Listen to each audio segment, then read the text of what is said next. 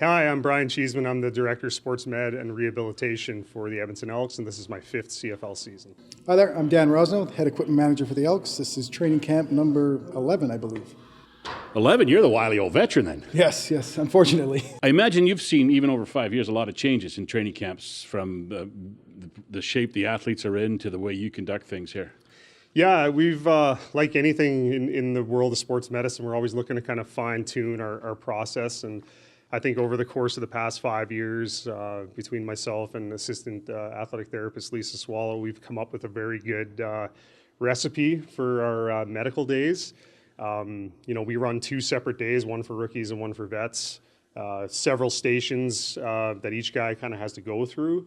And over the course of the last 5 years, we've been able to really kind of dial in that process and make sure that it's efficient for our doctors and our athletes at the same time. How extensive are the medicals? What do they go through? Yeah, so there's several stations. There's 2 separate concussion baseline stations that our guys attend. One is a computer-based test called Impact. The other is a phone or a tablet-based test called Head Check, which is what we would use in the middle of a game if a guy gets pulled for a concussion assessment. So we baseline everybody on those. Dr. Brent Sake and his crew from the Alberta Sports Vision Institute come in. They do eye exams on all of our players. Our team physicians are here to do full medical and orthopedic exams on our guys. They do ECGs. They work with our strength conditioning coach, Alex Salterio, and do some baseline testing on our force plates that we go back to throughout the year as well. So it's pretty extensive. All in all, it takes a guy about 90 minutes to 2 hours to hit every station. So 90 minutes per guy, and you've got about 100 guys coming to training camp. Yeah, it's a very coordinated dance, and full credit to Lisa for putting together a very thorough schedule so guys know where to be, what stations they have to start at. About 2 years ago, we came up with the idea of having a medical passport for our guys. So essentially each guy gets a sheet of paper with all of the stations on it. When he attends that station, the person running the station kind of signs off that says that they've gone through it, which for us is great because then we can track and we know that, Morley, if you were going through our physicals, that you've got all your stations done and then you're kind of free to go for the day. You've seen a lot of changes too, I'm guessing, in Europe. We were talking to Cheese. Over 5 years, he's seen a lot of changes. You must have seen so many. Yeah, it's been crazy how much stuff has been happening even since like the 2021 season, right? Like between coaches, players, the amount of movement we've had, and just a different feel every year, really. Your prep, I imagine, starts as soon as the season ends pretty much because you got to order equipment, right? Yeah. Tell me about that process and how long it takes. For sure. So usually by the end of season hits, once the guys clear out, I have to send all the helmets back for recon. So I'll take a stock of all the helmets, get them sent back to Riddell and shut, get them repurposed, and then we do the locker room sale, and then it kind of slows down. And then come January when we get back, I hit the AFCA conference down in the States, so we could see all our suppliers, all those kind of guys. Rather than them coming to us, we go there, all the equipment managers, we meet with the league, we get back from that, and then that's when things start. We start ordering everything because we have the price list for everything. So usually end of November to middle of December, it stays busy, and then until the end, about mid-January is when it picks back up. Generally speaking, these guys, as they show up, are probably in the best shape they're going to be in all year, right? Without the wear and tear and everything. Yeah, it's there is a lot of wear and tear in this sport. Guys essentially are in 18 car crashes, throughout the course of the season, and in camp they're at their peak physical ability. And it's our job as a sports medicine department and Alex's department with strength conditioning to make sure that we can maintain that level of health and fitness through the course of the season or for as long as we can to give the guys the best opportunity to perform at their highest level. And you obviously want to keep them on the field because, as the old saying goes, the best ability is availability, right? Or what's the other? You can't make the club if you're in the tub, yeah. Right? So tell me about keeping these guys healthy. I imagine you have to fight back against them a little bit because everybody wants to get back in the field as fast as they can because it's a limited amount of time they have to impress the coaching staff, but you want them to look after themselves. Yeah, we kind of set the tone early and we let the players know in that first meeting that, to your point, the best ability is availability, and our job as a medical staff is to make sure that it's safe for these guys to participate, it's safe for them to perform, and ultimately, at the end of the day, all these guys, all they want to have is good film, and you can't have good film if you're dealing with a hamstring issue or a knee issue. And between our department here with the athletic therapy crew and the strength conditioning crew, we want to keep these guys at as high a level as we can, but sometimes we have to save them from themselves a little bit. And I think we've done a great job here in the last few seasons of having the players understand that we're their advocates, and we're never going to put them in a situation that we're going to set them up to fail. We're only going to put them in situations for them to succeed. And once they kind of hear that message, that allows the process to kind of run a lot more smoother. Soft tissue injuries, I believe, are the most common things you'll see over the 2 weeks or 3 weeks of training. Yeah, in camp we see a lot of soft tissue. I mean, the volume is a lot higher than anything in off-season training can simulate in the gym or on the field. But, you know, Mark has done a good job of putting together a really player-friendly, I'll call it, you know, camp schedule this year, where there's lots of opportunities for these guys to be pushed, but there's also lots of opportunities for them to rest, recover, and recharge. So when those heavier practice days are on the schedule, they're able to do their job to the absolute peak of their ability. Each player's got to see you before they get on the field for equipment. Tell me about fitting the players and what that's like. So what I can do for the vets, it's not as bad because I keep a inventory of what they wore last year. So once helmets come back, I can go and see like Trey Ford ordered XL of this, and I can build those helmets out and just get them to try them on when they come. But on a day like, so next week when the rookies show up, I'll have 30 to 40 rookies at my window, and we fit them for helmets, shoulder pads, we get their sizes and shoes, pants, all that stuff. So it usually takes about 15 to 20 minutes per guy. And then, so we power through those as best we can, and then they're ready for the field, but yeah. And you supply everything for them, right? Yeah, so we'll supply helmet, shoulder pads, and then during training camp, we don't have to supply shoes, but once the season hits, we supply the shoes for them, and gloves, all that stuff.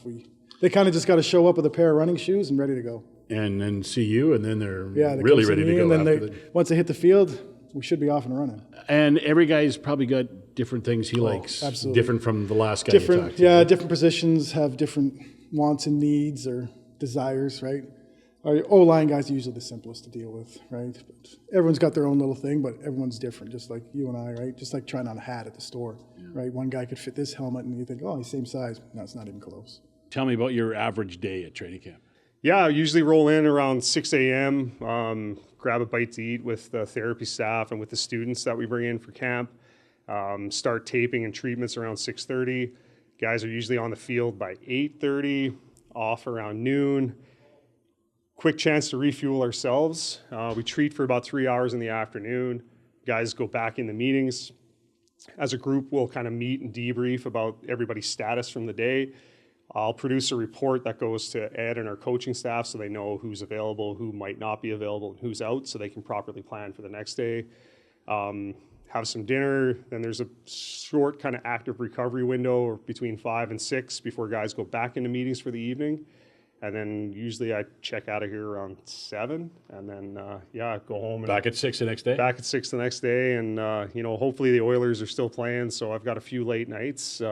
Yeah, you mentioned the Oilers. You were a hockey guy in the WHL and worked with the Oil Kings for a long time. The difference between that position as a hockey, in hockey and in football, injuries obviously very different. Treating players, well, junior hockey, it's kids. Yeah. CFL, it's men for one thing, right? Yeah, the volume. It's, the volume of injuries. Obviously, with the hockey roster, you're looking at 20 to 24 guys. Here, you're close to 60 in season and, close to 100 in camp. So it's the volume of things. And, this is their livelihood. When junior hockey guys are playing the sport to try and become a pro, these guys are pros, and this is their livelihood. This is what puts food on the table. So it's my job and Lisa's job, and Alex's job, and the rest of our staff to make sure that they can do that. They can perform and they can play and they can earn that check.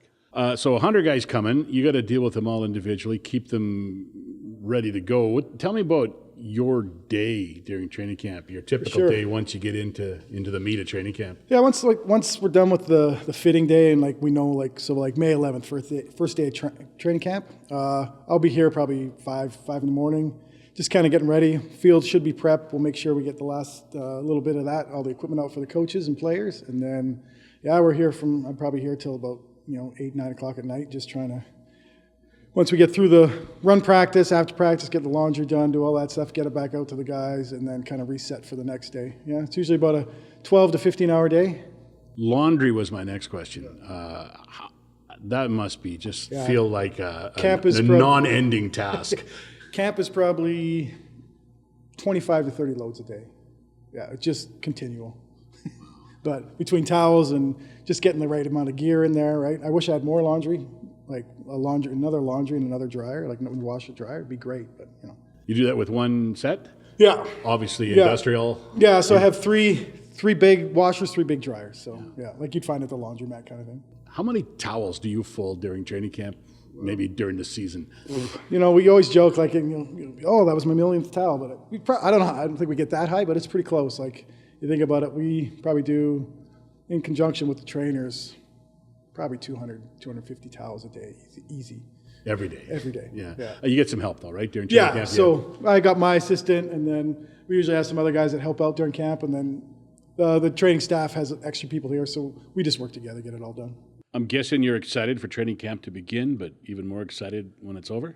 Yeah, it's kind of a blink and you miss it. I mean, you go from a kind of slow off season to those full 12 to 14 hour days for essentially a full month. And yeah, before you know it, it's over and the season starts. And one thing that we do here that, you know, I'm really happy with and proud of is we give some student athletic therapists an opportunity to be around for the duration of our camp and to get some pro experience while they're still in school, which hopefully then leads to, you know, job opportunities down the road. And it's a cool opportunity for people like me and Lisa and our seasonal therapists too to learn from them. As much as we teach them when they're here, we also, you know, pick their brains a little bit too. So what's your background? Before you came here, where were you? So back when I was about 14 years old, I started with the Hampton Trappers, AAA baseball here, and I worked there till I was 29. So I was there from 89 to 2004 when they left.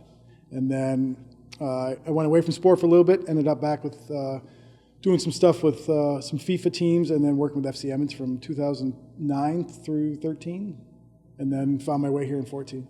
Equipment guy for soccer, don't they just need shoes and shorts? Yeah, it was a lot easier than this, that's for sure. Yeah, couple bags, they carried their own boots. I think I had 5 equipment bags outside of the players that were just mine, so it was easy. What's your feeling as you get set for camp now? I mean, talking to Cheese saying you're probably excited when camp starts, like everybody is, but you're probably more excited when it ends?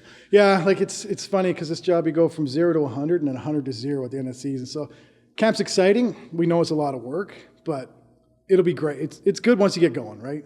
Once you get there, you get into the rhythm, it's good, and then you're happy when it's over because then you can relax a little bit and you know that it's day 1 through 4 and then it's kind of more manageable.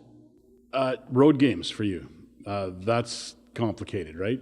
Yeah, so I think so you have all the players, so there's 45 bags, and then you got coaches' bags, staff bags, and then you got to deal with all the equipment. So, again, we have a pretty good system. All the stuff goes into the players' bags, and then I have my trunks, and Cheese has his trunks. So I think all in all, it's around 5,000 to 6,000 pounds of gear that we take with us on the road. Sounds like an art, though, right? To get it all. Yeah, well, I think we're in I've been doing it for such a long time that you get in the rhythm and you just kind of know, like, okay, this trunk gets that. And you go through them every day, but like you just kind of have a system and you just know what to bring. And each city has a different, like Toronto, we have to bring some extra cleats, like 7-stud cleats for the grass. And then you have to worry about rain and depending on the time of the year, snow. Like when you go to BC, it's nice because you're indoors, right? So you don't have to take as much. So it kind of works both ways. The people you meet and the stories you hear must be fantastic. Oh yeah, yeah. It's never a dull moment. Let's just say that. There's always every day. Like it sounds like it's the same, but it's really different because you got such a group of characters here and people you meet on the road. But like with so many players, there's just so many personalities that you get. You get different things every day. As we move into the regular season, how much does the job change? Obviously, fewer players, but how much does the job change? Yeah, it changed a little bit. I mean, obviously, to your point, the number of people around becomes a little bit more manageable.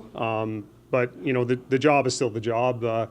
We joke we never know what day of the week it is. It's either day 1 or day 2. It's never Monday or Tuesday. But it's a fun job. I mean, what I love about it is no 2 days are ever the same. The personalities of the players that you deal with are incredible. You've got vocal people, you've got quiet people. In hockey, there's probably 2 or 3 personalities. In football, everyone in the locker room is different and has a different approach. So it's pretty cool to see that. How do things change once the regular season starts? It slows down a little bit in terms of now you got that, you're done every day at 2:00 in terms of the players being done. We're still here, but it slows down. The guys are less needy. There's less guys. And then it's more just the same routine, right? You just fall into a routine that's workable. Awesome. Thanks, Brian. Yeah, no problem, Worley. Appreciate it. Excellent. Thanks, Dan. Yeah, Appreciate man, no problem. it. Good stuff, man.